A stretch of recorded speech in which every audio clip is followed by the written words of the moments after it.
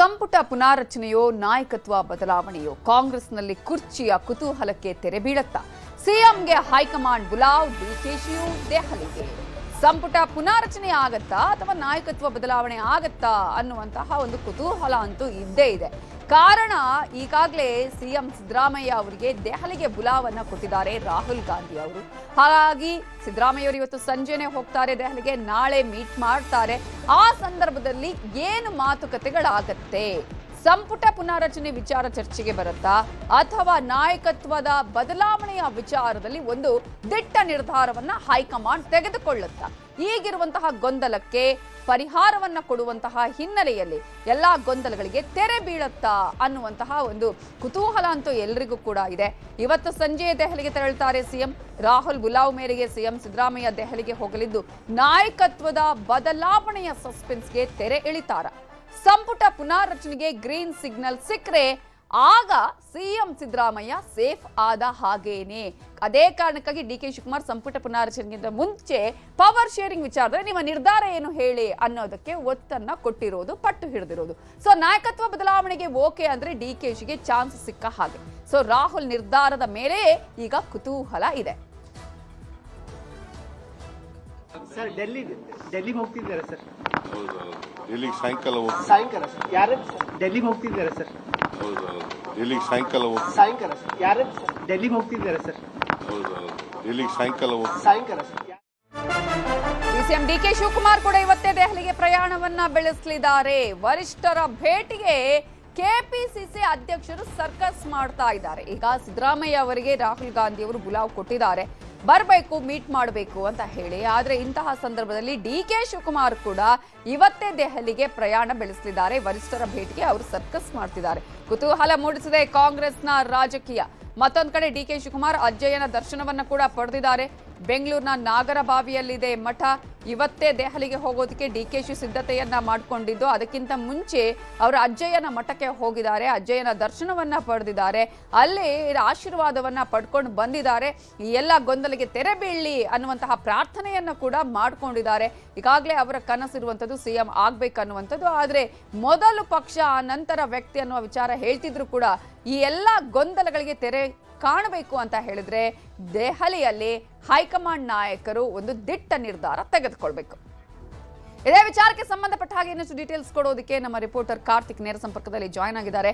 ಕಾರ್ತಿಕ್, ಈಗಾಗಲೇ ಸಿದ್ದರಾಮಯ್ಯ ಅವರಿಗೆ ರಾಹುಲ್ ಗಾಂಧಿ ಬುಲಾವ್ ಕೊಟ್ಟಿದ್ದಾರೆ ಬರಬೇಕು ಅಂತ ಹೇಳಿ. ಡಿಕೆಶಿಗೂ ಕೂಡ ಏನಾದರೂ ಕಾಲ್ ಮಾಡಿದಾರಾ ಅಥವಾ ಇವರೇ ಹೋಗ್ತಾ ಇದ್ದಾರೆ? ಈ ಸಲ ಅಟ್ಲೀಸ್ಟ್ ಹೈಕಮಾಂಡ್ ಒಂದು ಸರಿಯಾದಂತಹ ದಿಟ್ಟ ನಿರ್ಧಾರ ತೆಗೆದುಕೊಳ್ಳೋದ್ರಲ್ಲಿ ಸಕ್ಸಸ್ ಆಗತ್ತಾ ಅಥವಾ ಈ ಗೊಂದಲಗಳನ್ನು ಹಾಗೆ ಕಂಟಿನ್ಯೂ ಮಾಡುವಂತಹ ಚಾನ್ಸಸ್ ಕಾಣಿಸ್ತಿದೆಯಾ?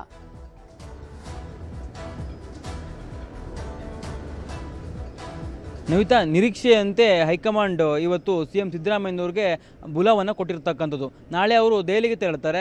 ದೆಹಲಿಯಲ್ಲಿ ರಾಹುಲ್ ಗಾಂಧಿ ಅವರೊಂದಿಗೆ ಮಾತುಕತೆಯನ್ನು ಮಾಡಲಿಕ್ಕಿದ್ದಾರೆ. ಪ್ರಮುಖವಾಗಿ ಈ ಒಂದು ಕರ್ನಾಟಕ ಸರ್ಕಾರದಲ್ಲಿ ನಾಯಕತ್ವ ಬದಲಾವಣೆ ಚರ್ಚೆ ಯಾವಾಗ ಆರಂಭ ಆಯಿತು, ಅದಾದ ನಂತರದಲ್ಲಿ ಒಂದಿಲ್ಲೊಂದು ದಿನದ ಬಳಿಕ ಹೈಕಮಾಂಡ್ ಹಿಂದೆ ಕರೀತಾರೆ ಅಥವಾ ನಾಳೆ ಕರೀತಾರೆ ಅನ್ನುವಂಥ ರೀತಿಯಲ್ಲಿ ಚರ್ಚೆಗಳಿತ್ತು. ಆದರೆ ಅದೆಲ್ಲದರ ನಂತರದಲ್ಲಿ ಮೇ ಅಂತ್ಯದೊಳಗೆ ಕಾಂಗ್ರೆಸ್ನ ಹೈಕಮಾಂಡ್ ಒಂದು ಸ್ಪಷ್ಟವಾಗಿರುವಂಥ ನಿರ್ಧಾರವನ್ನು ತೆಗೆದುಕೊಳ್ಳುತ್ತೆ ಅನ್ನುವಂಥದ್ದು ಒಂದು ರಾಜಕೀಯವಾಗಿ ಚರ್ಚೆಯಲ್ಲಿತ್ತು. ಅದರಂತೆ ಈಗ ರಾಹುಲ್ ಗಾಂಧಿ ಅವರೇ ಸ್ವತಃ ಖುದ್ದಾಗಿ ಸಿಎಂ ಸಿದ್ದರಾಮಯ್ಯನವರಿಗೆ ಆಹ್ವಾನವನ್ನು ಕೊಟ್ಟಿರುವಂಥದ್ದು. ಇವತ್ತು ಸಾಯಂಕಾಲ 7 ಗಂಟೆಗೆ ಸಿಎಂ ಸಿದ್ದರಾಮಯ್ಯನವರು ವಿಶೇಷ ವಿಮಾನದ ಮೂಲಕ ದೆಹಲಿಗೆ ತೆರಳುತ್ತಾರೆ.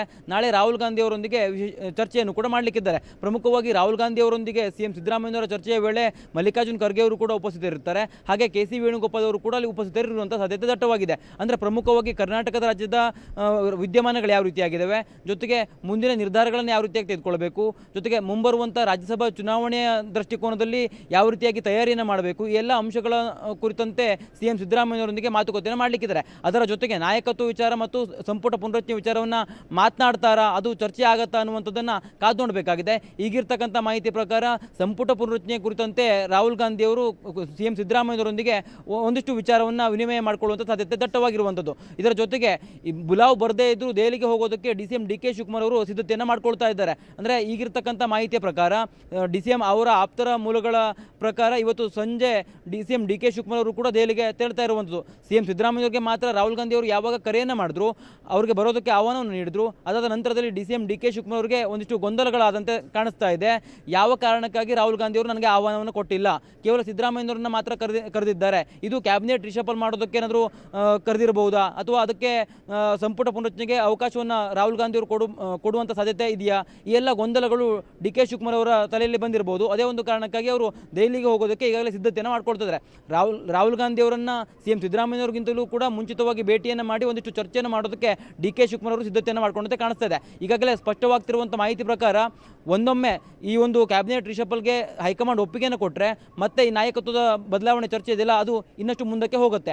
ಅದೇ ಒಂದು ಹಿನ್ನೆಲೆಯಲ್ಲಿ ಯಾವುದೇ ಕಾರಣಕ್ಕೂ ಕ್ಯಾಬಿನೆಟ್ ರಿಷಫಲ್ ಆಗಬಾರ್ದು ಅನ್ನುವಂಥ ಒಂದು ದೃಷ್ಟಿಕೋನವನ್ನು ಇಟ್ಕೊಂಡಿರ್ತಕ್ಕಂಥ DK ಶಿವಕುಮಾರ್ ಅವರು ಇವತ್ತು CM ಸಿದ್ದರಾಮಯ್ಯವ್ರಿಗೂ ಮುಂಚಿತವಾಗಿ ದೆಹಲಿಯನ್ನು ತೆರಳುವಂಥ ಸಾಧ್ಯತೆ ದಟ್ಟವಾಗಿರುವಂಥದ್ದು. ಹೈಕಮಾಂಡ್ನ ನಾಯಕರನ್ನ ಭೇಟಿ ಮಾಡಿ ಒಂದಿಷ್ಟು ಮನವಿಯನ್ನು ಮಾಡಿಕೊಳ್ಳುವಂಥ ಸಾಧ್ಯತೆ ದಟ್ಟವಾಗಿರ್ತಕ್ಕಂಥದ್ದು. ನವಿತಾ ಜೈನ್. ಕಾರ್ತಿಕ್, ಈಗ ಒಂದ್ ಕಡೆ ಕೇರಳದ ವಿಚಾರ ಆದ ಬಳಿಕ ಅಂದ್ರೆ ಅಲ್ಲಿನೆಲ್ಲ ಬೆಳವಣಿಗೆಗಳಾದ್ಮೇಲೆ ಕರ್ನಾಟಕದ ಕಡೆನೇ ಚಿತ್ತವನ್ನ ನೆಟ್ಟಿರೋದು, ಇಲ್ಲಿನ ಗೊಂದಲಗಳನ್ನ ಬಗೆಹರಿಸಬೇಕು ಅನ್ನುವಂತಹ ನಿಟ್ಟಿನಲ್ಲಿ. ಬಟ್ ಇನ್ನೂ ಕೂಡ ಈಗ ಒಂದ್ ಕಡೆ ಸಂಪುಟ ಪುನಾರಚನೆ ದೊಡ್ಡ ಮಟ್ಟದಲ್ಲಿ ಈಗ ಚರ್ಚೆ ಆಗ್ತಾ ಇದೆ. ಆಲ್ರೆಡಿ ಒಂದೊಂದೇ ಬಣಗಳು ಅಲ್ಲಿಗೆ ಹೋಗಿ ಹಿರಿಯ ಶಾಸಕರುಗಳು ಅಲ್ಲಿ ಒತ್ತಡವನ್ನು ಹೇರುವ ಕೆಲಸ ಮಾಡ್ತಿದ್ದಾರೆ. ಹಾಗಾಗಿ ಈಗ ಕಾಂಗ್ರೆಸ್ ಹೈಕಮಾಂಡ್ ಮುಂದಿರುವಂತಹ ಆಪ್ಷನ್ಸ್ ಏನೇನು? ಬದಲಾವಣೆ ಆದ್ರೆ ಬದಲಾವಣೆ ಮಾಡಬೇಕು ಅನ್ನೋದಾದ್ರೆ ಅಥವಾ ಮಾಡದೇ ಇರೋದಿದ್ರೆ?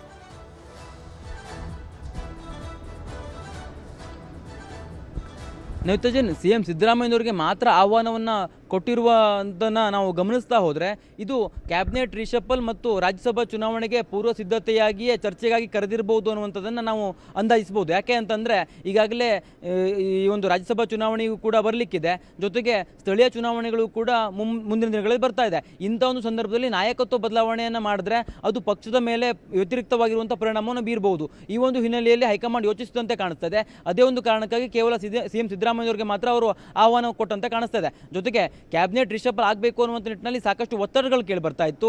ಈ ಹಿಂದೆ 2.5 ವರ್ಷದ ಬಳಿಕವೇ, ಅಂದರೆ ಸರ್ಕಾರಕ್ಕೆ 2.5 ವರ್ಷ ಆದ ನಂತರದಲ್ಲಿಯೇ ಒಂದಿಷ್ಟು ಹಿರಿಯ ಶಾಸಕರು ನಮಗೆ ಸಚಿವ ಸ್ಥಾನ ಬೇಕು ಅನ್ನುವಂಥ ಬೇಡಿಕೆನ ಇಟ್ಟಿದ್ರು. ಅದಾದ ನಂತರದಲ್ಲಿ ಯಾವಾಗ ಸರ್ಕಾರಕ್ಕೆ ಮೇ 20ನೇ ತಾರೀಕು 3 ವರ್ಷ ಆಯಿತು, ಇಂಥ ಒಂದು ಸಂದರ್ಭದಲ್ಲಿ ನಾವು ಇನ್ನು ಮುಂದೆ ಸುಮ್ಮನಿರೋದಿಲ್ಲ, ನಾವು ಹೈಕಮಾಂಡ್ ಮೇಲೆ ಒತ್ತಡವನ್ನು ಹೇರ್ತೇವೆ ಅನ್ನುವಂಥದ್ದನ್ನು ಮಾಧ್ಯಮಗಳ ಮುಂದೆ ಕೆಲವೊಂದಿಷ್ಟು ಶಾಸಕರು ಬಹಿರಂಗವಾಗಿ ಹೇಳಿಕೆಯನ್ನು ಕೂಡ ಕೊಟ್ಟಿದ್ರು. ಜೊತೆಗೆ ಮೇ 28 ಮತ್ತು 29ನೇ ತಾರೀಕಿನಂದು ಅವರು ದೆಹಲಿಗೆ ಹೋಗೋದಕ್ಕೂ ಕೂಡ ಸಿದ್ಧತೆಯನ್ನು ಆರಂಭ ಮಾಡಿದ್ರು.